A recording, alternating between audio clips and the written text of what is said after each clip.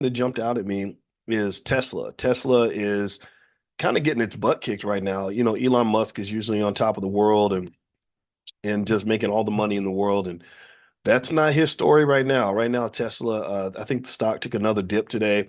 It's been diving for a while, and and there's no sign that it's going to change. And this just reminds me of that brother I told you about that I met, who put 95% of his money into Tesla because he knew that because Tesla had been making so much money and been doing so well for him. And I remember saying, I don't know if I'd do that if I were you. I don't want to tell you what to do, but that's very risky. And Tesla has absolutely been getting slaughtered. This company is not really able to compete the way it used to, and so now you're starting to see a lot of problems. I think the stock went down again today. The number of vehicles that they delivered was far less than the number they were expected to deliver. And Chinese automakers are really coming hard into the EV market. So a couple things are happening with electric vehicles. Number one is the Chinese are just selling better cars at a lower price. And then number two, a lot of Americans don't want electric vehicles because they have what they call range anxiety. They're worried that, that if I get in one of these freaking cars, I'm going to get stuck and I won't be able to find a charging station, or I'm going to have to sit there for, 30 minutes to charge my car when I really don't want to do that. I'd rather just pump my gas and keep it moving. So this is just bad news for Tesla. Tesla's in big trouble. Give me 1 second. And what I'll do is I'll go ahead and start answering your questions while I grab my stuff. Okay, will the Love Lab be meeting tonight? Yes. The Love and Money Lab, you guys will get an email about that. The Love and Money Lab is something my wife and I have been doing for a while. And it's basically where we blend our expertise. My wife's expertise is in relationships and therapy, and of course my background is finance. So we decided to create the Love and Money Lab because there's so many people that struggle. Sorry, there's so many people that struggle with relationship and financial issues. And it's so funny. You see a lot of these conversations on the internet. There's so many discussions about who should pay for the date and how much how much you should spend, and should couples go 50-50 and all that stuff. Well, there's a science behind that. There's a whole science behind that. And what a lot of people are doing is they're not leaning on the science, which is causing them to kind of do it wrong. It's kind of just all a conversation that's all over the place. And so what we decided to do is create the Love and Money Lab to really talk about, okay, what does the science say about how you have a healthy relationship and how money can facilitate that? So if you want to get an invitation, just get on the text list. Text the word love to 87948. And if you text love to 87948, that'll get you an invitation. I'm going to set that up. That's going to be tonight at 8 p.m. Eastern, and it's something we do every Tuesday. So thank you for asking that question. And we just have a lot of stuff going on in the Black Business School. And I know that tomorrow night we're going to show our movie, B1 the movie, and so I'll make sure you guys get the link to join that as well. That's going to be during our book club. Okay, so let's see here. Next question is, um, hold on. I gotta. Is it a good idea to buy Chipotle before the stock split? I think that today might be a good day if Chipotle stock has been down this week. I'm not sure, but I believe it's been down a little bit. And if that's the case, then good, strong company like that, the companies like that tend to be great purchases when the market goes a little bit south. Also, the question really is not whether or not you should buy the stock because there's a split. That is what you call a trade. A trade is where you buy something at a certain time because you believe that the price is a, how can I say this? You believe that you can sell it for more than what you bought it for, right? They call that market timing. And the reason I want to warn you against that is because it just does not work. I know that there's lots of people who talk about day trading and short-term trading and all that, and it's fun, but it's gambling. That's basically what it is. So the same reason that you have a gambling industry that will never go away, you're always going to have like a big day trading industry that'll never go away. And I'm not saying that you shouldn't day trade. I'm saying that just know that day trading is not really investing. Day trading is day trading. So effectively, or or even short-term trading. So if you're buying Chipotle stock because you think that the split's going to lead to a temporary burst in the stock price and you'll be able to sell at a higher price point, that's yet to be determined. Because the stock split's already been announced. And the way the market moves is the market does not move based on what's happened. The market does not react to what is happening. The market reacts to information about what is going to happen. So when it happens, when the stock split occurs, the market's like, yeah, we knew about this. We they announced it a long time ago. We reacted on information, not on realization. So just keep that in mind in terms of what you respond to. Now, here's why I like Chipotle though as a stock. I've owned Chipotle for a long time. I like Chipotle because it's just a damn good company. It's a great company that is built around growth. They're putting these little Chipotle restaurants all around the country because people like them. They apparently have a good management team. I like the fact that my family's economic fate is tied to highly competent people that run a really good company. That's kind of how I think about my investment in Chipotle. I don't think of it in terms of timing. Okay, I hope that makes sense. Um, when selling a stock, who are we selling it to? Great question, James. What happens is people come to this marketplace, right? And these gatherings, these market gatherings, are really valuable for capitalism and finance because when people gather together, wealth is created just by people gathering together. And I'm not saying that to be, I'm not saying that in a theoretical sense. I'm saying it because it's true. There is actual wealth that gets created when people come together. So in these markets, you have buyers come together and sellers that come together. And what they're doing is they're engaging in trade with each other, but they don't know who the other party is on the other side. So in between the buyers and the sellers is what they call the clearinghouse. So the clearinghouse sits there and they say, okay, you're a seller, you're a seller, you're a seller. What are you willing to sell for? I'm willing to sell for 110. I'm willing to sell for 105. I'll sell for 102. So I say, okay, great. They take down all these orders. They call these, clearinghouses or market makers. Then they go to the buyers and they say, okay, we got somebody that is willing to sell for 102, another person willing to sell for 105, another person willing to sell for 110. And then they match the buyers and the sellers, right? That's what they do. So what happens is that when you sell your stock, you're selling it to somebody. An asset does not have a market price without somebody willing to buy and willing to sell at that price. But you don't know who that person is.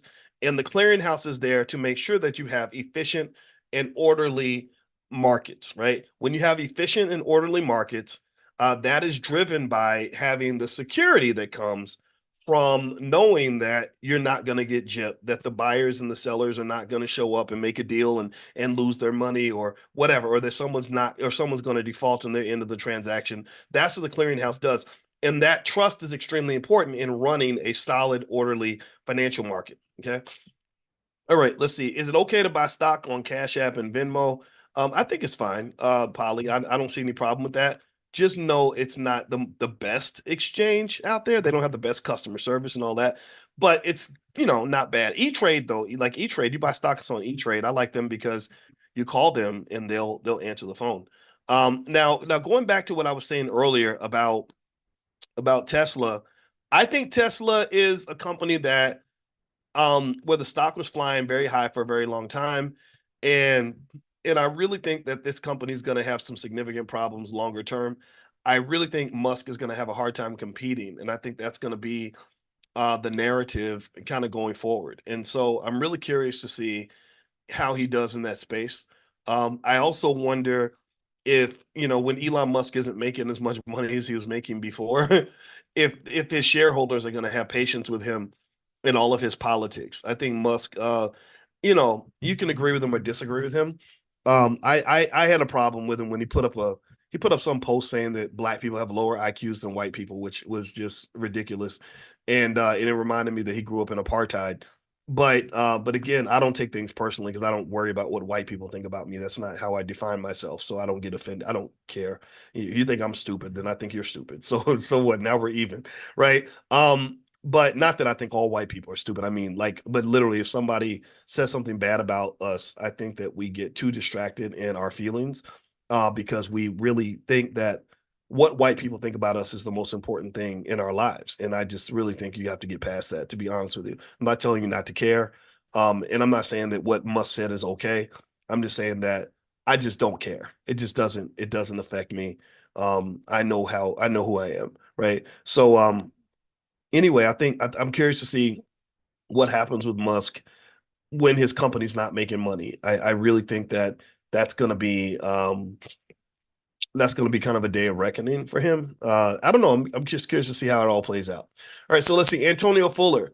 Are the money makers still good? I'm buying Marathon when it goes down. Is Mara still good? Yeah, I do like Marathon Digital. And by the way, I know that a lot of our prime stocks have been dipping. So I'm going to do a special session soon to talk you through what I'm doing with my portfolio as an adjustment. Generally speaking, my rule is that if I believe in an asset, when the price dips, I buy more. I just buy more. I take a stronger position because that's an opportunity. And remember, the number one thing I've been telling you guys for weeks in class is what? That winter is coming. When things are going up, up, up, what do I always say? I say, well, it's going to come down eventually. So just get ready. Start getting ready now, right? Buy your puts, get in position, be prepared. So now we've been getting prepared. If you were doing what we were doing in class, you were getting ready, you were buying your puts, and now your puts are protecting the value of your portfolio, which will therefore allow you to continue to make your income every single week. Without worrying necessarily about what the market conditions are. Because remember, when you sell a call, on a stock, if the stock is 70 and you sell the call at 75 and you get that money in your account, $800, $1,000, whatever they give you, if that stock drops to 65, well, the good news is that you got money for nothing. They're not going to be able to buy your stock at any point. And so you have this income. So yeah, you're kind of mad because the value of your asset went down. But remember, that's a paper loss. A paper loss is very different from a realized loss. The person on the other side of the deal, they gave you that $1,500 in for that option. Oh, you think you feel bad? Imagine how they feel. They put up $1,500 that you now have in your bank account that they're never going to get back. So they literally funded you to make it a little more comfortable for you as you are, dealing with the decline in your stock price. So effectively, paper losses are not the same as realized losses. And also, paper and realized losses are different from opportunity costs. Those are three types of losses. There's three types of losses in the market. There's a paper loss where you lose real money and it affects your real bank account right now. There's a paper loss where you own an asset. Like I own this microphone. Okay. I own this microphone. Let's say this microphone right now is worth $5.85 or something. I don't know. And if let's say that there's a crash in the value of microphones, and then suddenly this microphone is only worth $4.50. So that's a 20% decline in the value of this microphone. Do you follow me? Give me a yes if you're following this example. What do I care if I don't plan to ever sell my microphone? Why do I care? It's still the same microphone. I still sound the same. It still weighs the same. It's the exact same asset.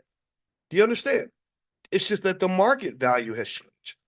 So the only time I have to worry about the decline in the price of this microphone is if I plan on selling anytime soon. So like last night when we did our event on stormproofing your portfolio, we talked about how time, just literally waiting out the storm, allows you to deal with most risk that exists in the stock. A lot of risk can be eliminated by simply waiting it out. Do you understand? I mentioned this example. I got to mention it again because it's powerful. I told you my wife comes to me and says, Boyce, I didn't know I bought $100 worth of Bitcoin in 2018. I was like, you did? I said, how much is it worth now? She said, it's worth $900. And I remember laughing about it, and I said, "Gosh, you should have bought more. You're such a tiny investor. You should have bought $1,000 worth." But the point was that she literally 9x'd her investment by simply not paying attention. She planted the seed and she left it alone. She didn't watch the ups and downs, and my wife doesn't get caught up in, and she didn't care about the crypto winter. She didn't know what was going on with that. She had no interest in any of that. She just bought the Bitcoin, put it to the side, and then looked at her account 5, 6 years later and was like, oh, look at this. Oh, what a nice surprise. I know somebody else who did that with Bitcoin, but they bought a bunch of Bitcoins. I had a cousin who bought we were sitting in a family business meeting, and he said, yeah, I bought some bitcoins.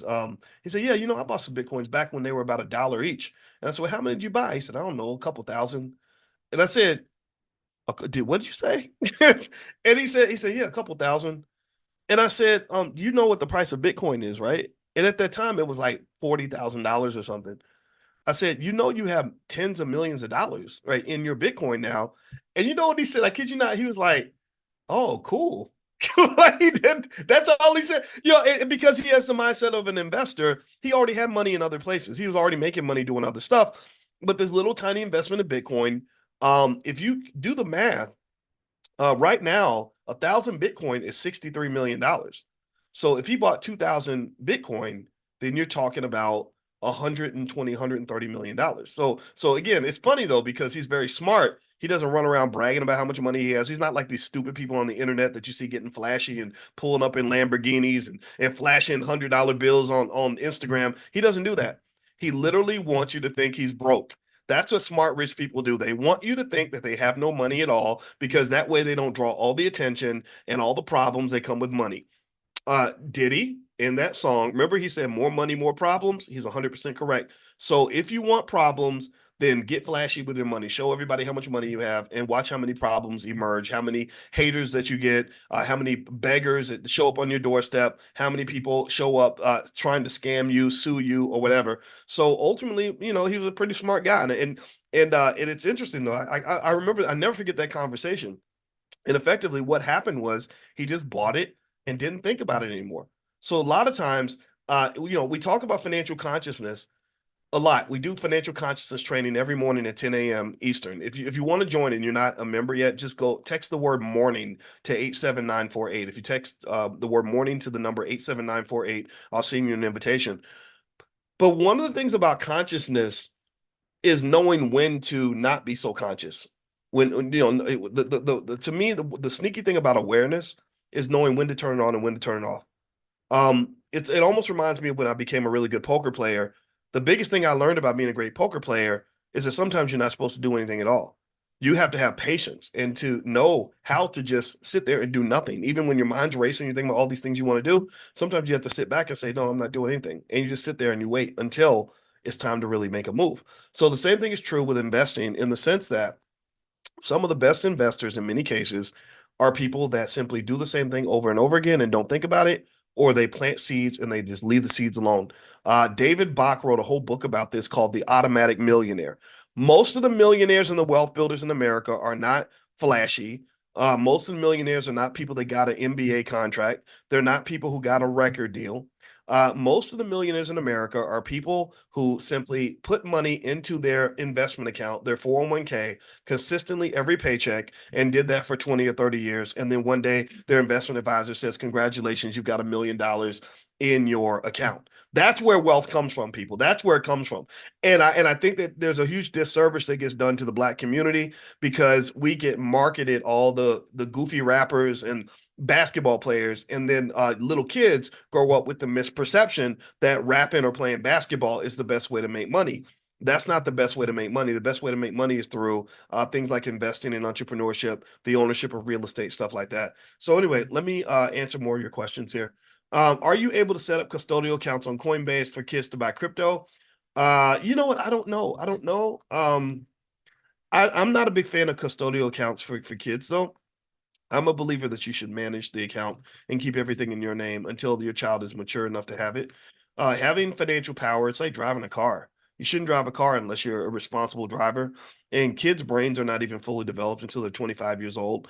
And also, you have to make sure that they've gone through some sort of rites of passage so that they know the importance of what they're supposed to protect. You know, the thing about capital is that that's kind of a sacred task when you are the steward of your either your own resources or someone else's resources. That is a sacred position that you have where you're defending the freedom of yourself and the people around you.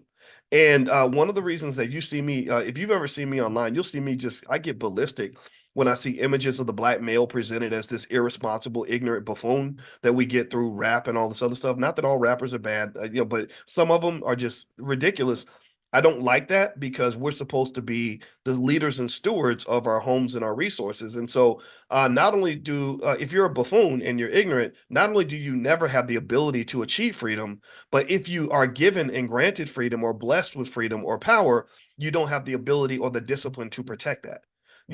A lot. In fact, one of the areas where hip hop did the most damage is it didn't even teach men the importance of sexual discipline. Like, you can't run around putting your penis in everything that moves and think that you're going to ever be successful in life. You're going to fail. You're going to lose everything at some point. Just look at Diddy right now. He's about to lose $1 billion because he was irresponsible and sloppy. On the female side, a little bit later, actually, sometimes I go on the show with this lady named Tasha K. She's kind of in the gossipy space, but she reminds me a lot of Wendy Williams. I used to do a lot of stuff with Wendy Williams back when she had a radio show, and I loved Wendy actually because she was very intelligent. She did the gossipy stuff. I didn't know anything about that. I didn't care about that. But when I would talk to her, I really liked her as a person. She was very just a sharp lady. And so Tasha K reminds me of Wendy, honestly. So one of the things that that was going to come up is basically like a discussion about the singer Lizzo and how much she's lost by just sort of being just sort of undisciplined in her decision making, and that spilled over into her economics. She had people on the job being asked to do things that you never ask a person to do on their job. Like you're not supposed to ask. If you go look up the lawsuit. I'm not even going to repeat it because some of the stuff is so crazy. But she would have them doing like this crazy ratchet sexual stuff while they were supposed to be working. Like you're supposed to be doing a concert and you're sitting here and you're touching each other's booties and all this other stuff. So Lizzo ended up getting sued. So she's going to lose millions of dollars because of a lack of discipline, because immaturity is heavily promoted in the community, and that causes the loss of a tremendous amount of wealth. All right, so let me keep going here. What do you think about Panera Bread stock? You know what? I haven't had a chance to look it up. I think Panera Bread is a good company. I do have a list of stocks. Actually, if you log in at the blackstockmarketprogram.com, there's a section called What Dr. Boyce is Buying. And these are stocks that I actually like a lot. And if you haven't enrolled, you can actually try do a $1 trial in the program here. I'm going to share the link with you guys right here. And in that section, what I do is every week for the students, I curate a list of stocks that I like, that I'm invested in, and some of them I invest in, some of them I don't, but I just pick the ones that I would invest in if I could. You're speaking slurred here. Did my speaking slurred, Patricia? What do you mean by that? I hope my speech is not slurred. If it is, then forgive me. Um, and also Amani is in the chat, by the way. Amani, who's on our customer service team, is right here in the chat. So if you have a question about the Black Business School or anything that's going on here, just ask Amani. She can answer it for you. All right. Oh, I'm fine. Okay. Oh, okay. So Patricia says yes here in Texas. Okay. No, okay, okay. Everybody else says I'm okay. Okay, thank you. I was a little worried. I was like, oh my God, my speech is slurred. What's going on? Okay, so thank you. Thank you for telling me that. Okay. So let's see here. So maybe if I sound like that in Texas, maybe that's me being chopped and screwed. So there we go. That's you know that chopped and screwed, like you know fofos, right? All right, so let me see here. Are you able to set up? Okay, you already asked about that. Are kids able to sell options on Robinhood? Um, Whoever controls the account can sell options on Robinhood. There is and really I think selling options honestly is the best way I've ever seen to make money. But the key thing is that you have to be able to identify the stocks that generate the most income, and you have to be able to protect your portfolio through kind of managing with the puts and all that stuff.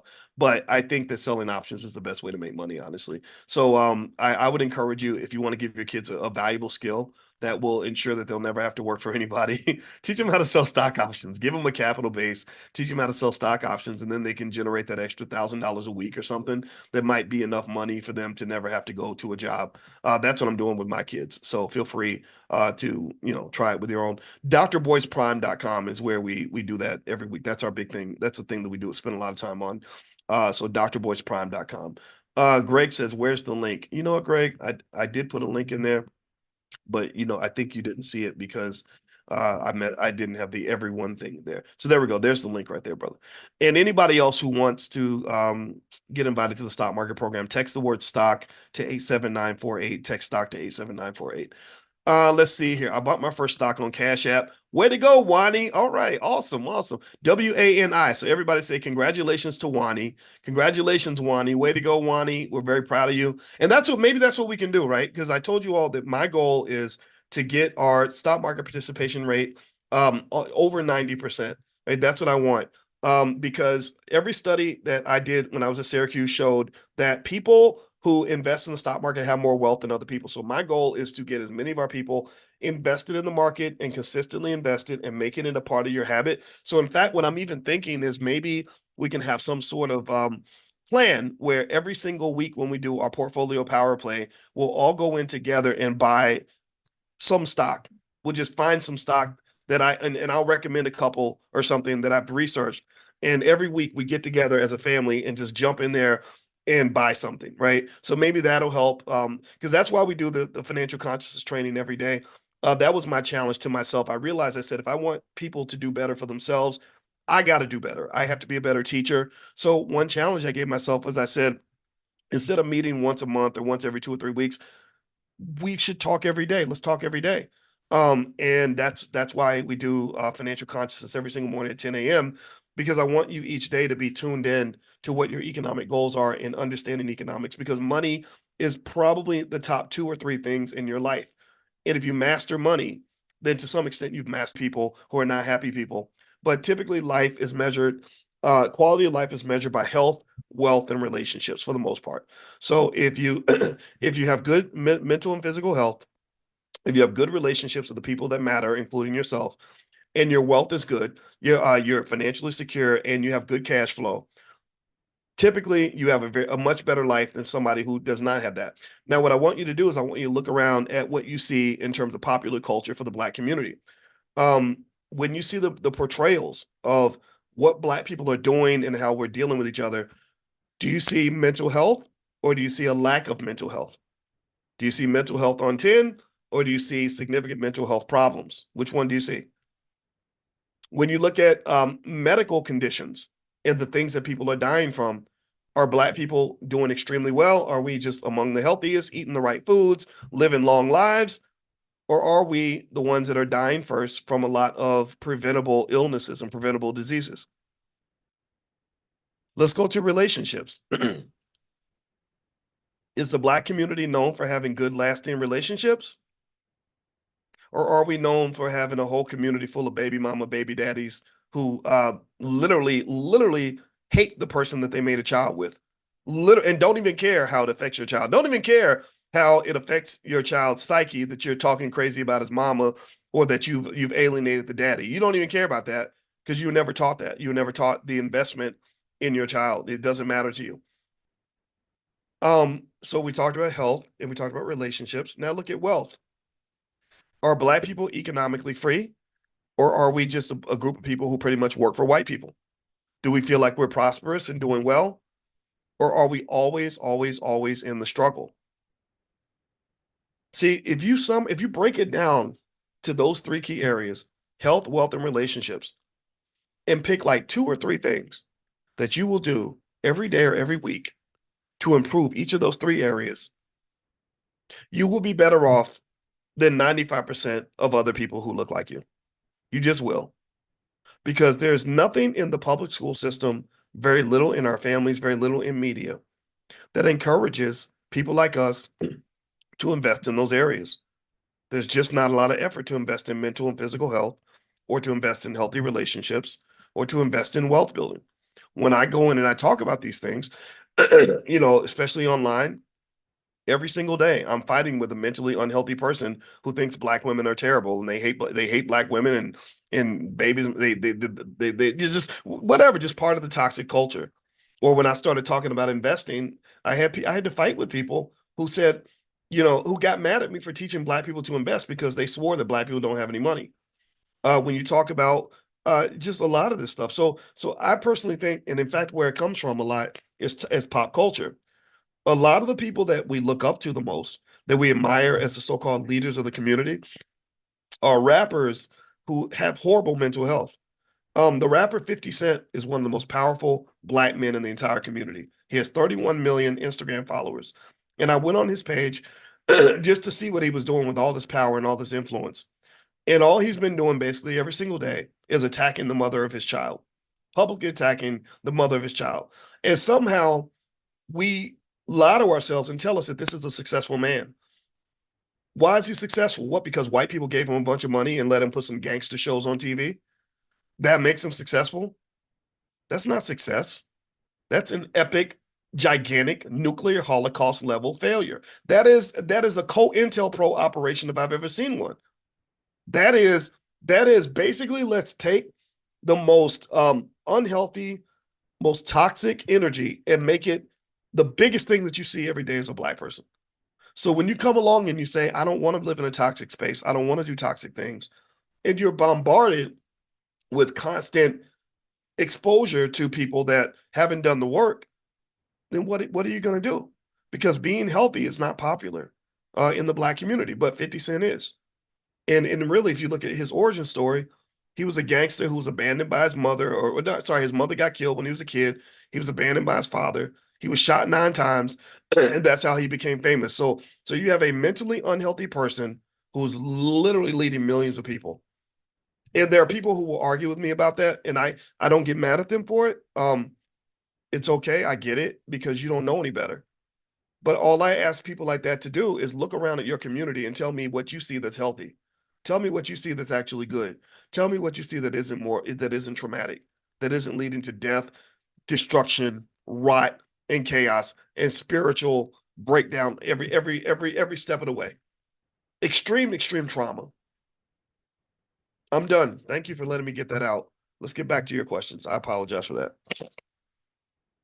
What are your thoughts on Palantir? I like Palantir, Elijah. I think it's a great company.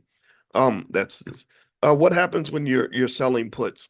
When you sell a put, you are basically selling insurance to another investor. So you have an investor that's worried that their stock is going to go down. So you get money to sell them the put. Well, what are you giving them in exchange for this money?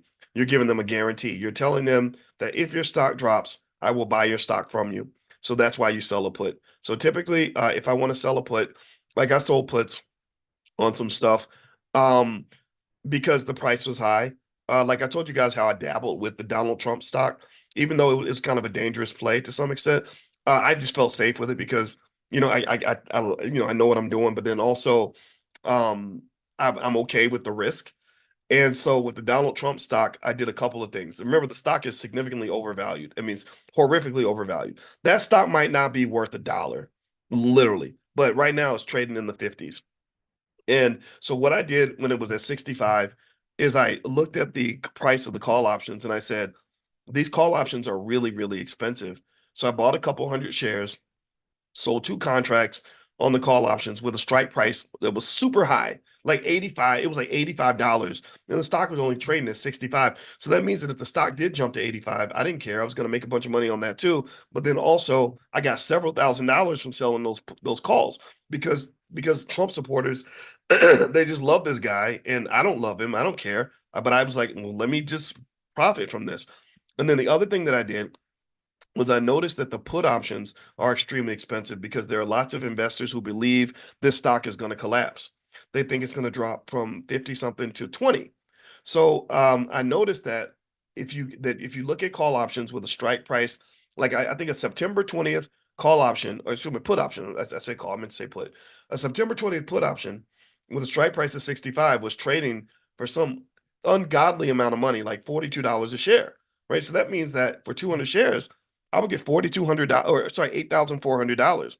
So I was like, oh, let me sell some of these puts because I don't know if the stock is going to really drop that low during that time. And I don't mind taking ownership of the stock if the puts expire in the money. So ultimately, long story short, if you kind of know the landscape, there's ways to make money. So literally from Trump stock, I made that investment to buy the shares.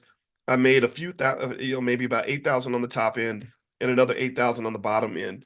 And that was the play that I did. Is it going to work? Here's the thing. When you invest, you don't exactly know how the market's going to turn. I don't think Trump supporters are ever going to stop supporting him. And I think that the stock price is not based on fundamentals, it's based on their love for Donald Trump. The only question, though, is are they going to love him enough to keep that stock price at that highly inflated value? That's not a $50 stock or 55 or whatever it is. I think it might have went up today. It's not worth what it's posted as. All that is based on their support for Trump, which is kind of interesting. All right, so let me keep going. My funds are limited. I have some single stocks and ETFs.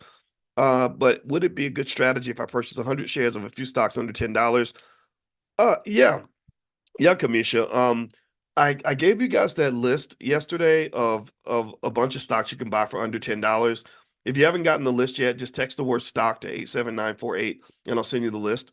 And I'll also send you a list of dividend paying stocks, stocks that pay the highest dividends. So text the word stock to 87948 and I'll send that out. I'll send the dividend paying stock list out today.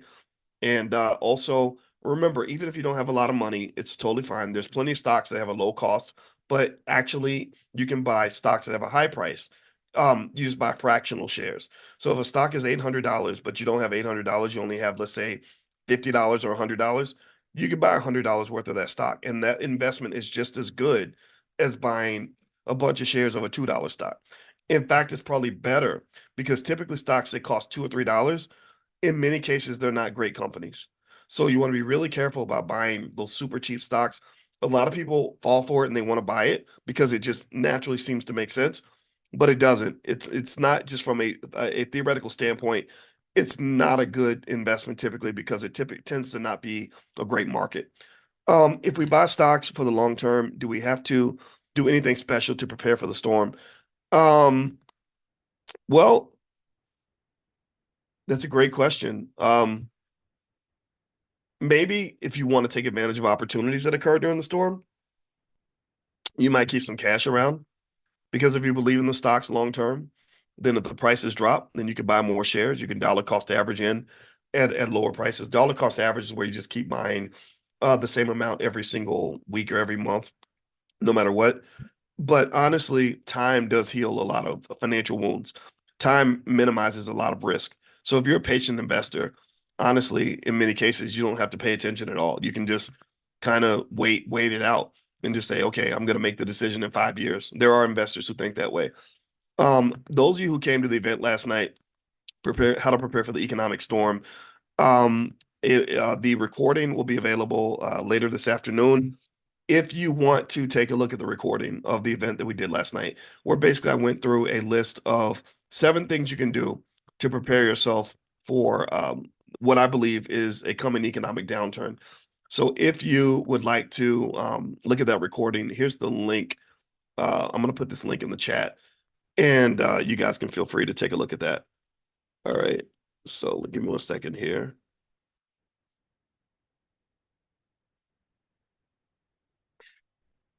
And also, if you go to the URL stormproofinvesting.com, that's where we're going to keep it as well. So it's going to just sort of be there if you guys want to take a look at it. I believe that this year the market is going to take a dip. And the reason that I believe it's going to dip is because I believe the valuations are too high. And I believe that that eventually, at some point, the market's going to wake up and realize the Federal Reserve isn't going to reduce interest rates as much as they think. And when that happens, when the bear wakes up, the bear is going to roar, and it's going to be ugly. Let's see. When selling a stock in E-Trade or selling a call in E-Trade, do you select sell to open as the option to sell the call? Yeah, you want to sell to open. Absolutely, Shaquana.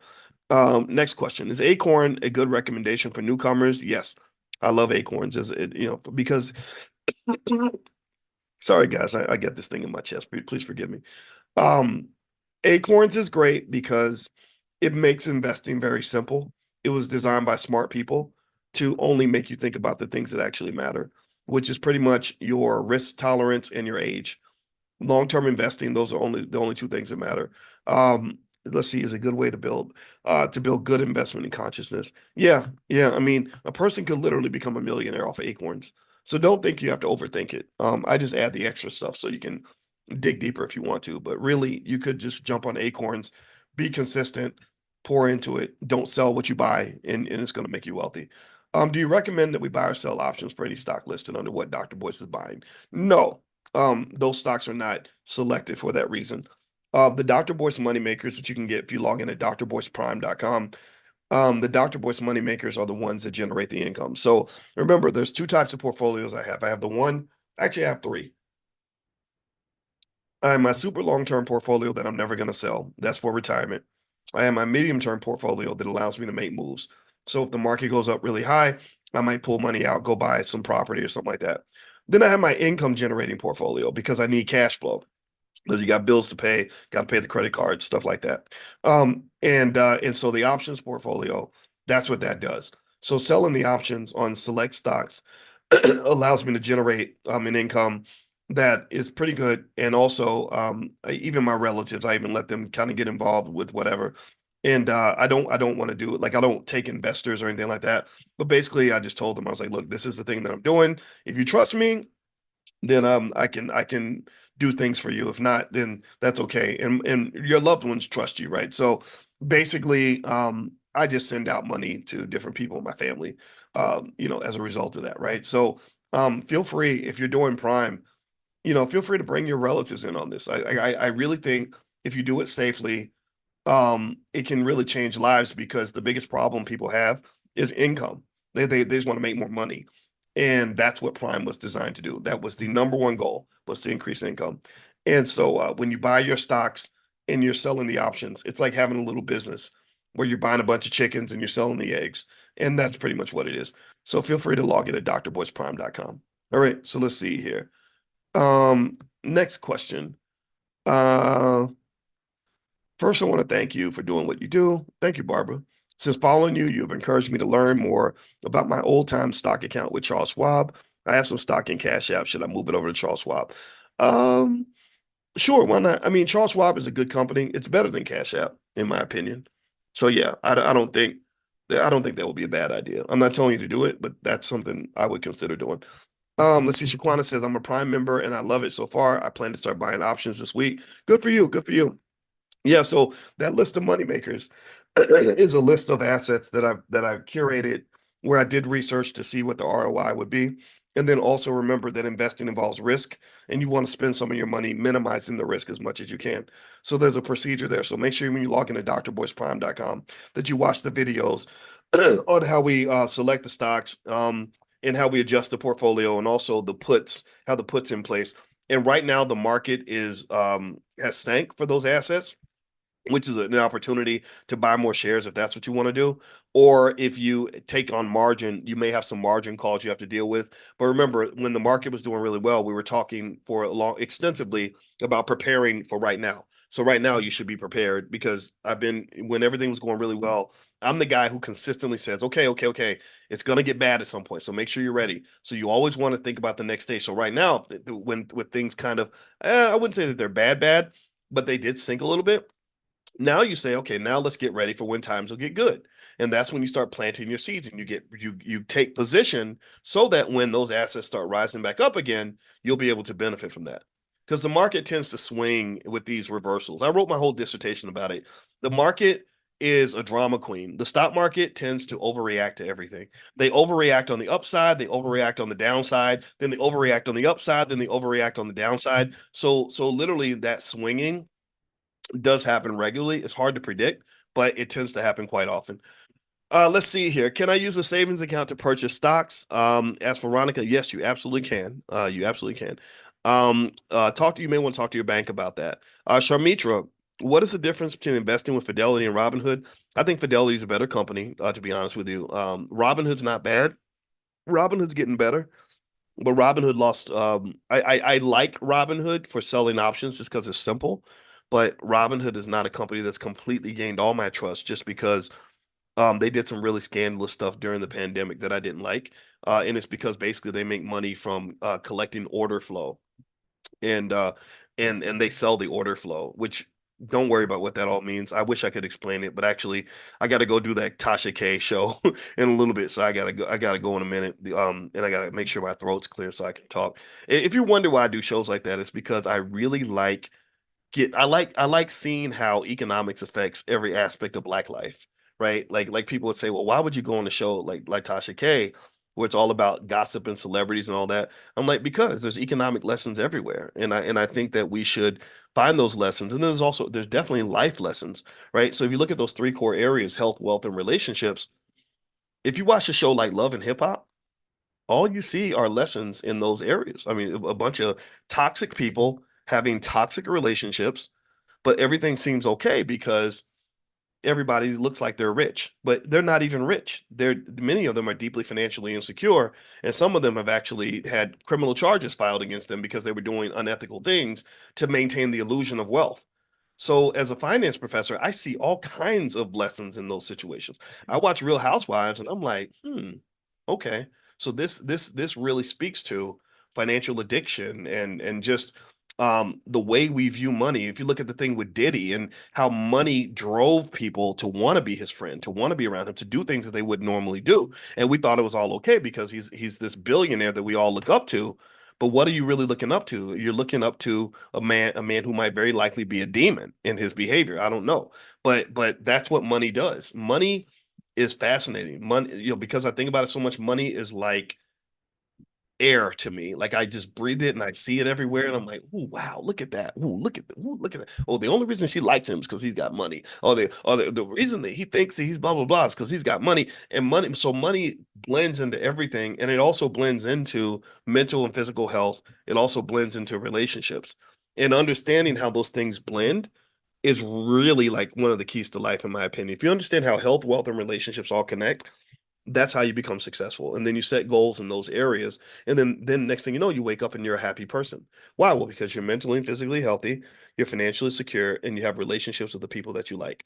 That's the key to happiness. It's not, being rich and famous and all that. I've been a little bit famous and I've had money. No, the key to happiness really is those three areas. Every day I get up, I work out, I meditate, mental, physical health. I'm around people that I want to be around. And also, I manage my finances and the financial security because my financial security keeps me free. You'll never hear Dr. Boyce had to go and slave for the white man because that's not where he belongs. And so I protect my wealth because I'm protecting my freedom. Do you understand? So ultimately, at the end of the day, I think it's really simple. But unfortunately, because people don't sit quietly and think these things through, or also because we have a culture of anti-intellectualism, you don't really see people encouraging these sorts of conversations. They have what they think are deep conversations, but they're not very deep because it'll be like about some conspiracy theory and with aliens and FBI and I get it. That's all fine and good. Or whether or not Jesus was black. I'm not saying that's bad or good. You can have that conversation, but that's not, to me, whether Jesus is black or not is not as important as whether or not I'm happy with my life. And if my kids are happy with me as their dad, and if my wife and I are secure financially, or if we're slaves or not. So I would encourage you have those deep conversations with your loved ones and detach from the nonsense. And if you do that, then I think you're going to find some peace and success with that. So anyway, a couple things I'll share with you guys before we bounce out of here is one. There's that $1 trial, or sorry, not the $1 trials. I apologize. There's the recording of the event that we did last night on Stormproof Investing. You can also go to stormproofinvesting.com. That's the URL we picked for that. If you want to do the $1 trial in the Black Stock Market program, here's a link to that. And if you also want to be invited, just text the word stock to 87948. And last but not least, don't forget that tomorrow night we are going to do we're going to show the world premiere of our new film, B1 the Movie. If you'd like to see the movie with us, we spent a lot of years working on this and it's a damn good film. Then just let's see here. Let me grab this link. But also text the word greatness to 87948 and I'll send you an invitation as well. So text greatness to the number 87948 and I will send you an invitation to join us for the movie. And then last but not least, tonight, my wife and I are going to do the Love and Money Lab. So if love and money is of interest to you, text the word love to 87948 and I'll send you that as well. So I'm sorry about all the links and everything. I just want to we work overtime in the Black Business School to give you a lot of options on things that can help improve your life. So we're constantly developing stuff. So I hope that that's okay. And we're also open to suggestions. If you email support@theblackbusinessschool.com and you have some ideas on some things that we can do or partnership or whatever, we're all ears. We're all ears. All right. So have a good day, everybody. God bless you. Thank you so much for hanging out. And let me get over here to Tasha K after